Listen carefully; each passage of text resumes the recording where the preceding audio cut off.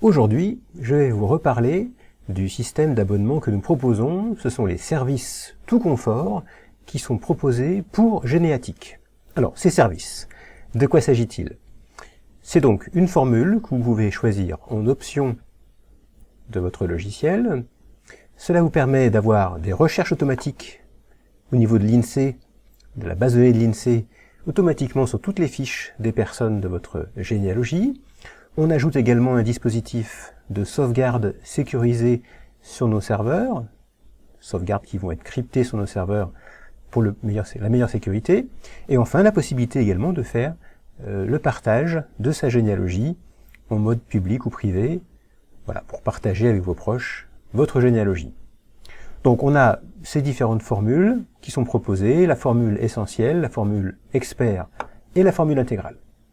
Je vous recommande la formule expert qui permet d'avoir à la fois la recherche INSEE et un bon espace pour vos sauvegardes et pour vos partages. Et surtout, vous avez aussi les vidéos passeport qui sont incluses dans cette formule. Donc vous pouvez choisir une formule mensuelle ou vous pouvez choisir une formule annuelle où vous avez 2 mois qui vous sont offerts. Alors, maintenant on va à tour. Une fois qu'on a activé l'un de ces services, voilà comment ça se positionne ensuite dans votre logiciel.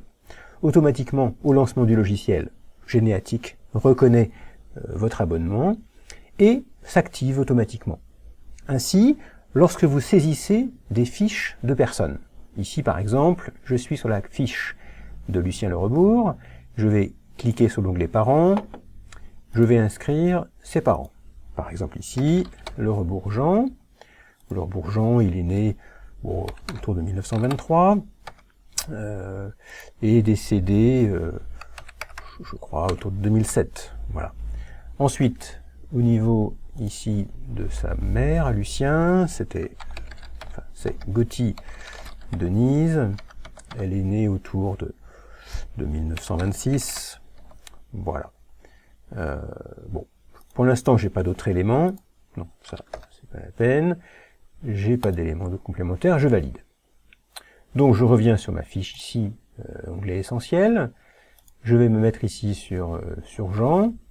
Alors, éventuellement, je peux ici inscrire qu'il est né à Paris. Bon, je sais plus bien où, mais donc je mets simplement ici le Paris. Je peux recliquer ici sur la case. Et, regardez, automatiquement, Généatique vous a dit qu'avoir trouvé des indices INSEE. Donc il me suffit ici de cliquer, voir la fiche. Et Généatique, automatiquement, vous voyez, a fait la recherche dans la base de données sans rien vous demander. Et finalement, automatiquement, il vous fait une proposition. Donc ici, je vois apparaître à droite de mon écran, alors, Le Rebourg Jean-Alphonse. Il me dit qu'il est né le 9 juin 1923 à Paris 8e. Alors, et moi ma fiche, j'ai mis 1923, Paris. Oui, Jean-Alphonse, décédé à Sarcelles, oui, ça correspond bien à ça, en 2007. Ça correspond bien à ce monsieur, Le Rebourg Jean-Alphonse. Cependant, le logiciel a aussi identifié qu'il y avait une autre personne qui portait le patronyme Le Rebourg. Alors c'est aussi un Jean, mais c'est un Gaston Bernard Jean, qui lui est né en 1924. Alors bon, ça pourrait correspondre, ici 1923, décédé en 2005. Bon, donc le logiciel, vous voyez, a automatiquement cherché éventuellement des homonymes, et a trouvé potentiellement des homonymes, a élargi un petit peu la fourchette de date au niveau de la recherche, donc il ne s'est pas tenu strictement à ce que vous aviez indiqué, parce que il est possible que ce que vous ayez indiqué soit une date approximative. Donc Généatique utilise ces données, élargit un petit peu la recherche, et vous fait automatiquement des propositions. C'est ce que vous avez ici. Et donc là, ici, effectivement, bon, donc j'ai bien mon ancêtre que j'ai reconnu ici, je vais donc valider cette information. Je vais cliquer sur le bouton valider. Alors, que se passe-t-il? Vous voyez, Généatique affiche cette petite interface pour vous confirmer votre choix, donc il me propose ici le patronyme Le Rebourg, mais là, il n'y a pas de différence. Pour les prénoms, vous voyez, c'est Jean-Alphonse. Moi, j'avais saisi que Jean. Donc je peux, en cochant ici, demander à Généatique de bien récupérer les 2 prénoms. Pour la date, évidemment, je veux la date complète, à la place de cette date telle que je l'avais saisie.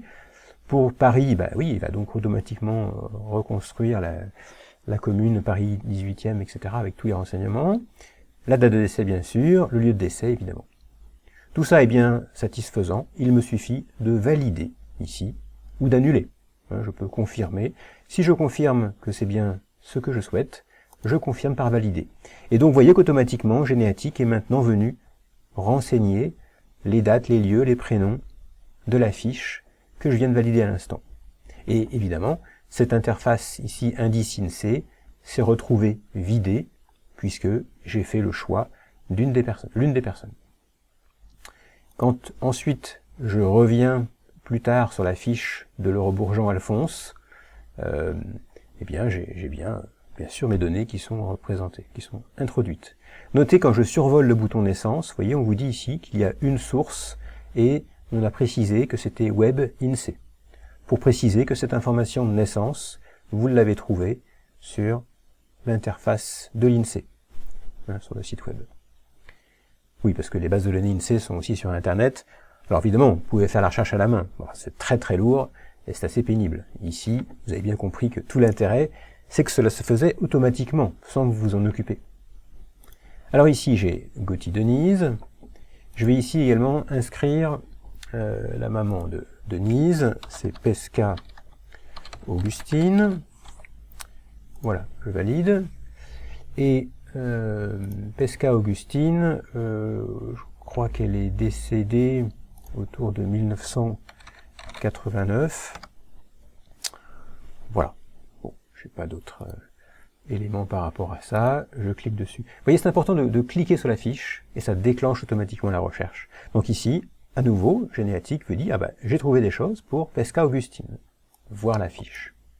Et à nouveau, le logiciel fait une proposition.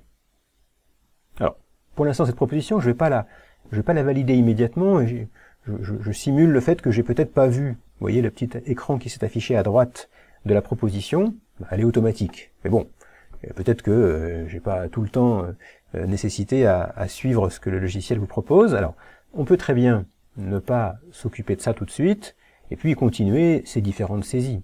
Et puis plus tard, y revenir. Alors ici, je suis sur Denise. Alors Denise, j'ai mis 1926, il me semble qu'elle est décédée en 2000, je sais plus combien, 2015. Je saisis ça. Voilà. Bon. Ok, qu'est-ce que... Ah, j'ai encore une proposition ici, mais bon, peu importe, je regarde pas. Voilà. Je suis ici sur Odile, sur Lucien. Tiens, ici, quand je clique sur la fiche de Lucien, Généatique affiche une petite cible, ici à gauche. Vous voyez, peut-être vous avez pas fait attention, mais à chaque fois que Généatique a des indices qu'il a trouvés, imaginons que cette fiche soit fermée ici, à chaque fois que je suis sur une fiche qui dispose d'indices, eh bien, automatiquement, vous avez cette petite cible qui vous rappelle que pour chacune de ces personnes, vous avez potentiellement des informations complémentaires que vous devez enregistrer, que vous devez aller voir. Alors, mais évidemment, là, j'ai que quelques personnes, mais quand vous avez des centaines, des milliers, des dizaines de milliers de personnes dans votre généalogie, vous n'allez pas les parcourir une à une comme ça pour aller voir laquelle peut-être a un indice ou non. Évidemment, Généatique a pensé à tout ça. Vous avez une icône là-haut pour gérer les services de votre abonnement. Notamment, c'est par là qu'on peut aussi s'abonner, mais vous avez bien sûr ici directement la recherche dans la base de données INSEE des décès. Je vous invite directement à aller par là, et en cliquant sur cette fonction recherchée dans la base INSEE, eh bien automatiquement, Généatique vous redonne la liste de toutes les personnes pour lesquelles eh bien, il y a des suggestions, des indices que vous pouvez aller voir.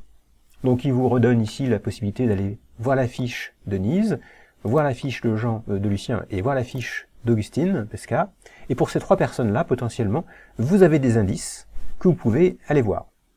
Évidemment, cette liste, elle va, au fur et à mesure que vous avez identifié les données intéressantes, cette liste va également se diminuer. Chaque fois que vous aurez confirmé un choix, l'entrée va être supprimée ici, et il va ne rester que ce qui vous reste à voir.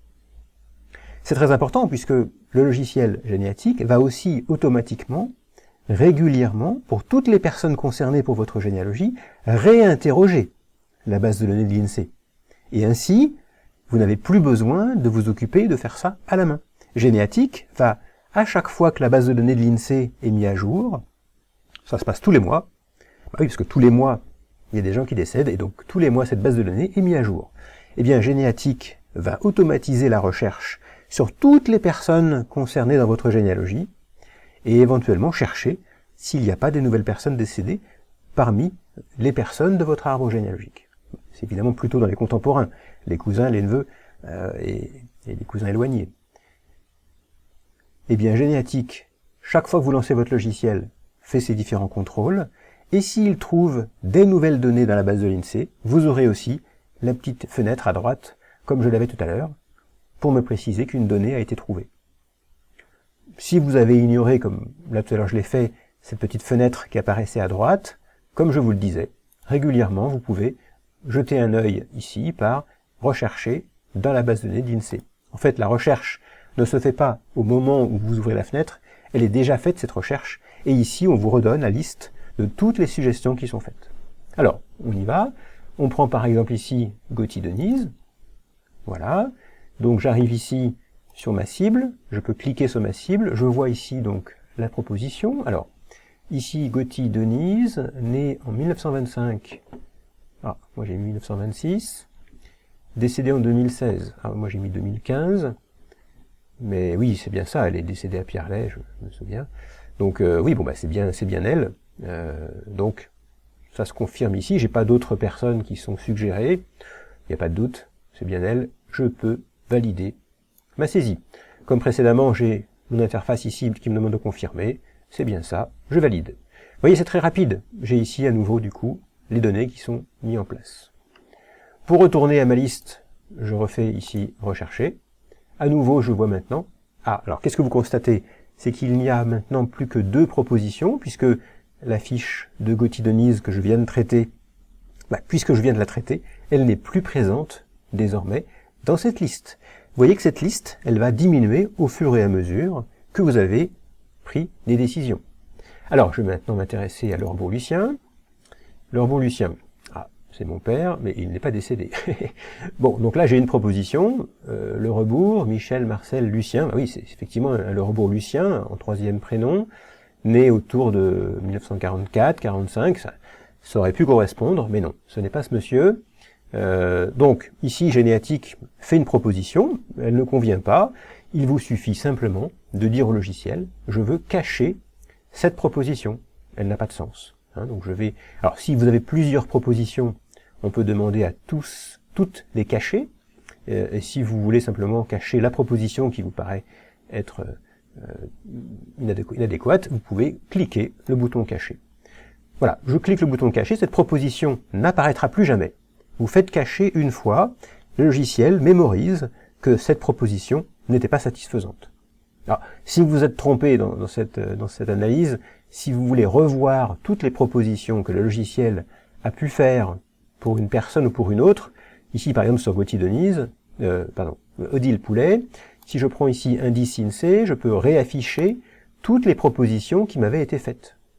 Donc là je revois 2 propositions que le logiciel m'a fait pour cette fiche de Poulet-Odile. Mais j'avais déjà décidé que non, c'est ma maman, elle n'est pas décédée. Non, ça n'a pas de sens. Ici, je ne souhaite pas les faire apparaître. Donc j'ai bien demandé à tout cocher, à tout cacher.